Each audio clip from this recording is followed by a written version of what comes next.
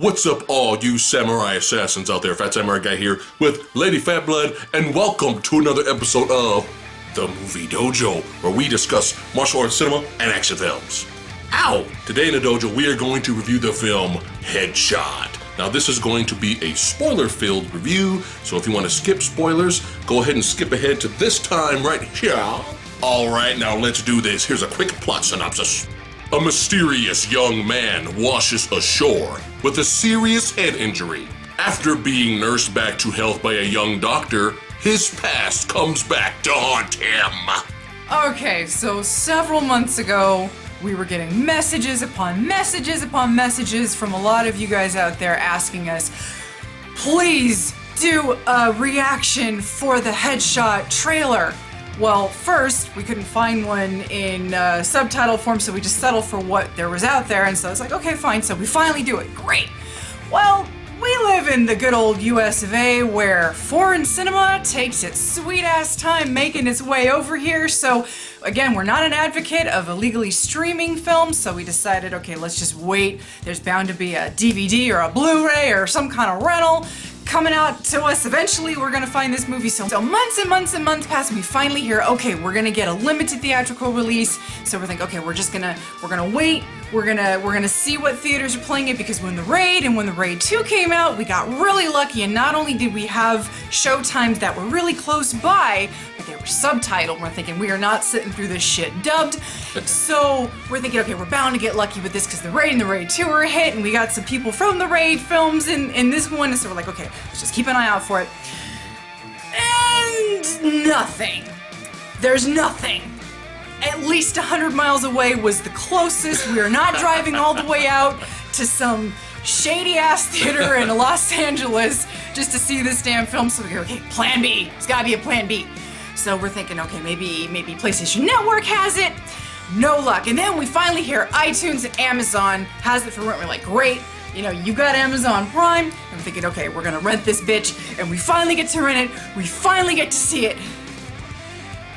So, after all this time, we finally get to watch it. What did you think of Headshot? I liked it. Yeah, me too. Like, share, subscribe. Like, share, subscribe. We're kidding! Get back here! We got you, Get back here, we're joking. Now we're gonna give you the good, we're gonna give you the bad, and we're gonna give you the badass. First up, the good. This movie gives us a very simplistic story, and that's not a bad thing. You know, of course, you're not going to get anything you haven't seen before. What happens is Iko plays this amnesiac who washes ashore. He's in a coma for about 3 months, and with little to no dialogue, we see this young doctor that has taken an interest in him a lot because of the bizarre and mysterious head wound that he has. Now, you could argue that maybe she's only interested because of the shrapnel in his head, but I don't know, and this could be totally me just looking into it more, and that's another thing that this movie kind of, it makes you think of things that it doesn't spoon feed you any answers, but I kind of felt like maybe she was a little lonely and she kind of took an interest in him because that's just her personality. I don't know, I could just be totally looking further into that than what it actually is. And so she's been sleeping by his bedside every day, and she has the book Moby Dick with her when he wakes up. And she asks him, what is your name? Do you remember anything? And he looks down at the Moby Dick book and he says, my name is Ishmael. I was like, okay, so he knows the book Moby Dick, but he doesn't remember his own past. Hey, who cares? It doesn't matter, okay? It's fine. It's fine. He was just searching for a name because he couldn't think of one. Possibly, who knows? Anyway, so you get the amnesiac, and then you get the whole scenario where he's really, he's this good guy. He wants to help, people, the people that have been kind to him. He reciprocates. He strikes up a friendship with the doctor and the guy that pulled him off of the beach and took him to the hospital. You get a friendship with him. The doctor, I believe, is going off to Jakarta to kind of become like a bigger doctor, and they had this really interesting conversation where Ishmael says, what if I'm not the good person that I am right now? Would you still be my friend? And, she's basically looking at him like, dude, of course I am. And what I really enjoyed about these two is their chemistry and their friendship. They have a really interesting bond that you don't really need to get too deep into it. There's nothing overtly romantic about it, which, of course, I always appreciate.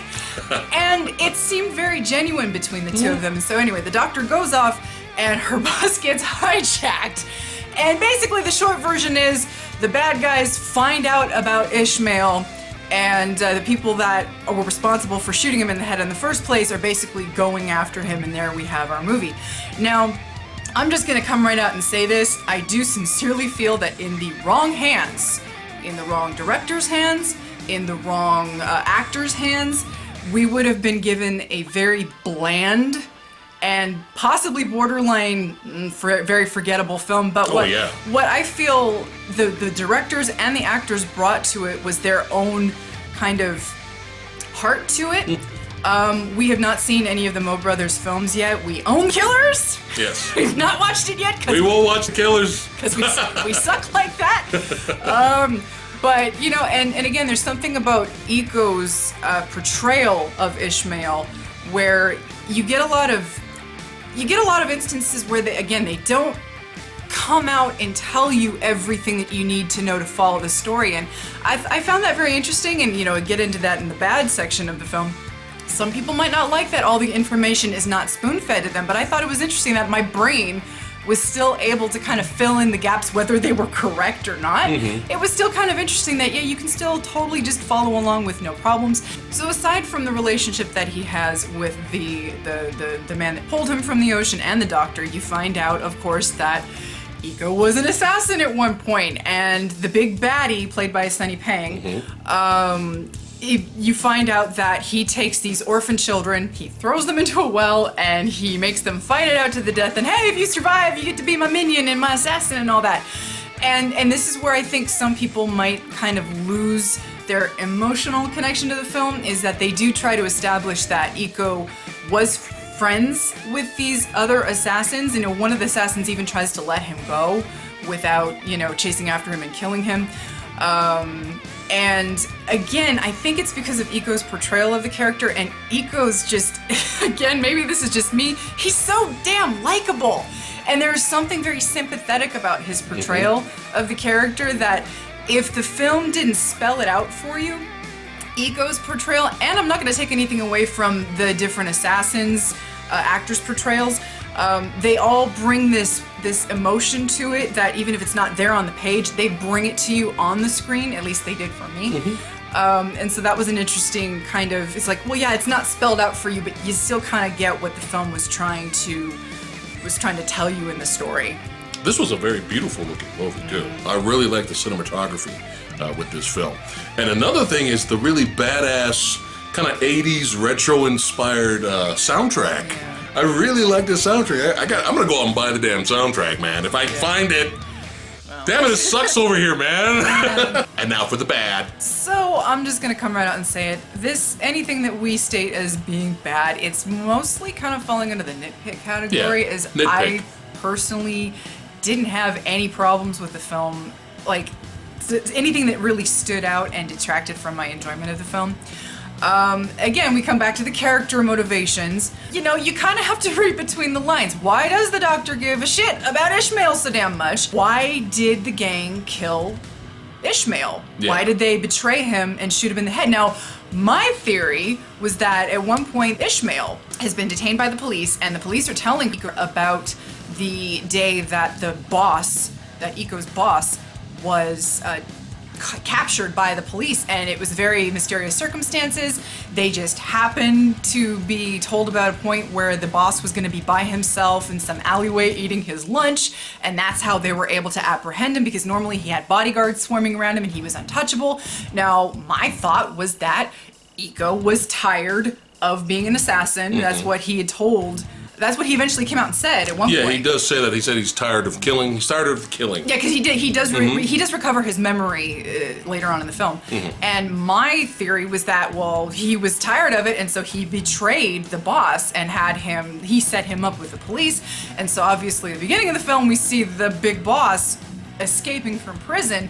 And soon after, you know, you get the whole, oh, well, Iko suddenly gets shot in the head and he washes up on shore. So my theory was that Iko betrayed the boss broke out of jail, and then they shot Iko out of, you know, mob law, I guess, whatever you want to call it. I don't think anybody out there has an issue with this. But for me, like I said, nitpick. Like, this didn't ruin the movie for me, but at first I was a little concerned. And that was the camera work. That was the style of the Mole brothers versus the style of Gareth Evans. And we prefer the style of Gareth Evans, the way he, so far, in terms of how he films fight sequences. But at first, I'll be honest, okay? Phat Samurai Guy is always honest here. At first, I was concerned, okay? When you get to the warehouse battle, with Sonny Pang shows up with his crew, and they kick the shit out of the criminals that's in there that was trying to fuck them over with the deal and all that. As soon as the actor that played Bessie from the Raid 2 films, baseball bat guy, who plays in this movie, basically, he has a police stick. It's great seeing him.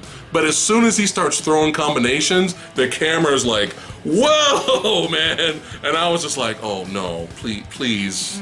No, damn it.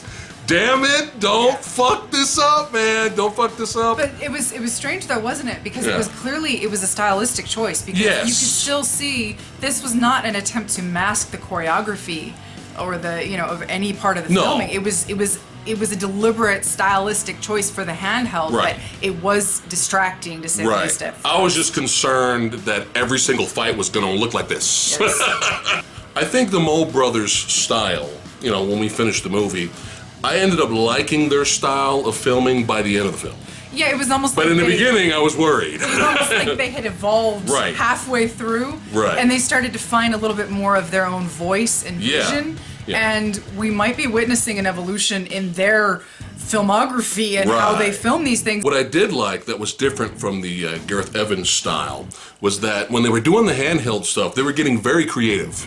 Very creative. When Sonny Pang would up headbutt Iko, the camera would follow his head all the way down as he fell. When Iko would get hit, it would follow him this way. When he jumped through a window, it would follow him outside the window. And I think they were trying to make the fights a little bit more impactful with the handheld style of filming. I think that's what they were trying to do. Luckily, it's all fixed later. Luckily, the fights are filmed a lot better. From the midpoint towards the end, the fights are fine. Yeah, there was literally... But at first, I was nervous. Yeah, there was literally a fight in the forest where it started off as we had been seeing with the shaking. Then all of a sudden, within a whole entire scene, suddenly it was wide, it was steady, and you could see everything. It was like, We're Mo Brothers? Yeah.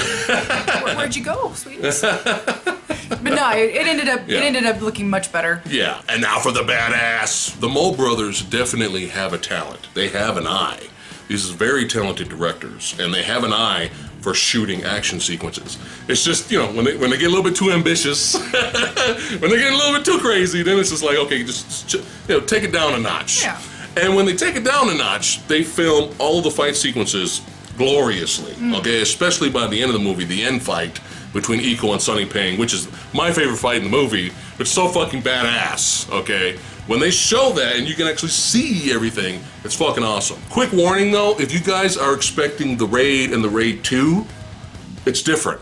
Okay, this is a totally different type of movie, this is a totally different type of tone, and this is a totally different way of filming the action compared to the Raid film, so we gotta warn you guys. Yeah. If you're expecting the Raid films, or Raid 3 in this movie, it's totally different. Yeah, which, if you really think about it, why would you want to expect the Raid going into this? I understand, There are a lot of people are. You've got some of the, you got a couple of cast members from the Raid, especially, the Raid 2 coming in, but at the end of the day, you need variety. Yeah. And I think the Mo Brothers gave us that. And I really enjoyed the brutality of the film. You got a lot of blood. You got a lot of brutal cracks and all that good stuff that you kind of, I don't want to say come to expect these Indonesian drama action pieces, but it's nice that it's there. Oh yeah. It better be there, man. Don't be giving it no PG rated martial arts action. I don't think we ever have to worry about that. No. But gloriously, beautifully violent. Yeah. Yes. Sweet violence. But yeah, don't expect Raid. This is totally different, okay? Yeah. If your expectations are that high, you might be a little disappointed. I think you might be a little bit disappointed because it's so different from the Raid films. Yeah. We were not disappointed. No, okay? not at all. But and what's interesting in this film is that the beginning fight sequences up to the middle, they're all like survival style street fighting fights. There's really not a lot of martial arts in there, but it's like literally like, and I kind of liked it because it was different. Yeah. And it was like, you know what, fuck you. I'm grabbing this typewriter that's right here. Boom. I don't give a shit. I'm getting this damn keyboard. You know, I'm getting the phone. I'm busting you upside the head. You know, it's just like, hey, yeah. Yeah, I mean, hey, it's fucking realistic in a way, you know? It's like, fuck it, I'm gonna use what's around me to fuck you up. And he gets some really brutal, man, brutal, bone-breaking, awesome moments. But then, from the middle on to the end of the film, the third act, it gets more of the martial arts type of fight choreography that we expect, especially from Iko. So that was kind of cool. Yeah, so overall, we went into this not expecting the raid, wanting something different on its own terms, and that's exactly what we got. Again, this is your average, story that's been told 100 times, given to us by people who clearly cared about what they were doing. They wanted to bring us this story. You've got really good direction, really fantastic choreography, shaky to really good cinematography, depending on which fight you're looking at. All of the actors, every last actor was great. Iko was fantastic as always. Chelsea Islan, I believe, she played the doctor. She was really good. She kind of stood out, especially towards the end. She goes through some shit and she shows it. The Hammer Girl, Julia Estelle, she's always fun to watch. I don't know why. Sunny Pang, I can't pronounce the baseball bat Sunny guy. Pang, man. Yeah, everybody did such a great job. And again, you've got what could have been a low-grade piece of crap that everybody cared, and they brought their A game from the actors up to the directors, and we really enjoyed this one. Yeah. So we give Headshot 4 out of 5 ninja stars. That's it for today's episode of The Movie Dojo. For those of you who have not seen Headshot, we highly recommend that you guys go out and check it out. It's definitely one of the best action films of the year. But if you have seen Headshot already, let us know in the comments below what you guys thought of it. And as always, thanks again for watching. You guys rock. And stay tuned for our upcoming review of Avenging Force. Until then, we'll see you guys next time.